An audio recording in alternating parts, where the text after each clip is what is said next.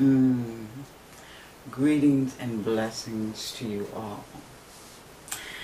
A sister friend of mine who has a YouTube channel called Goddess Networks had visited my website and had discovered that one of the topics that I speak about is raped, not ruined. So she had shared with me, she said, Mama Tonya, a lot of women are raped, but they don't talk about it, So she said, would you be willing to do that and put a video up? And I said, sure, why not? Okay. I know that it's a subject that a lot of people don't talk about, but I'm going to share a little bit of my story with you, okay? When I was 8 or 9 years old, I was molested by a friend's uncle, and someone came into the room and stopped him. Just the presence of that person entering into the room stopped him from going any further. Now what did he do? Basically he fondled my breasts, okay? I didn't tell anybody about this at the time. I didn't know. There was something that didn't register in my head about it. I don't recall whether I felt that it was right, if it was wrong, or what exactly it was that I felt. But I know that it happened, okay?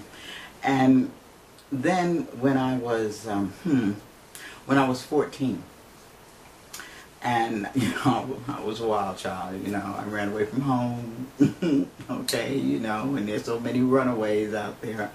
But I was running away from home, and I was going to be with my boyfriend, who at the time was much older than me, actually.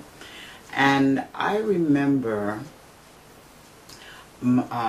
this was a relative's boyfriend, a man friend at the time, and I saw him.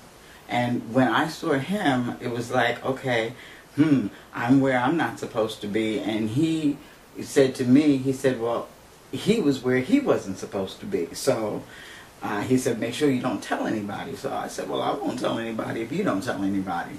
So anyway, he called me into the hallway, and I was kind of hesitant about going into the lobby of this building with him. It was just something that just didn't feel right to me at the time. And but I said, well, because he is with someone, he was in a relationship with a relative of mine, I thought, well, maybe I should trust him, that was the kind of feeling that I was having. And then, of course, I was feeling guilty for having run away from home and being where I wasn't supposed to be. So I was going to go into the lobby, but there was a man who saw that I was hesitant, and he asked me, was I okay? And that gave me my out. But from there, I went to my then boyfriend's house. And he had gone out, and his cousin was there. And his cousin raped me, okay? He threw me down on the bed. He threw my arms behind my head, over my head. And I was in this locked-in position. And there was some force, not extreme force. I wasn't beat up or anything like that. But during this process of rape by this man, I actually reached an orgasm, and that really messed with my head for a number of years. I remember seeing him in the street a few days after this had happened, when I had gone back home. And I remember feeling weak in the knees, and I didn't understand that feeling. And again, because I wasn't where I was supposed to be, and especially back then, we're talking the 1960s, early 1960s, that it was always the woman's fault if something happened, if she was raped.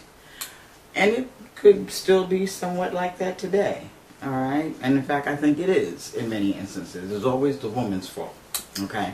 So let's progress on. Now I'm at 15 years of age, and I'm involved in another relationship with someone, and I go to visit him. And in visiting him, and I'll never forget, I was on my cycle at the time, and he had invited some friends in, And next thing I knew, I was being raped, taken in my anus, in my rectum, in the back door, if you will, as people say. And I went to my father with this. And I told my father what happened, because I really felt very violated by that. More violated than anything that I had ever felt in my life before. And I was told, well, you shouldn't have been where you were. And because you weren't a virgin at the time, the court is going to throw it out. And there was all of this stuff that was going on in my head and my heart. And then again, a rape happened. That wasn't until I was about 17. And it was, again, it wasn't a violent rape, so to speak. And a lot of people, when they hear the word rape, they think that you have to be beat up or gunpoint or knife point or something like that. But we know, we women, we know about date rape, okay? And again, this was a gangbang, as we call it.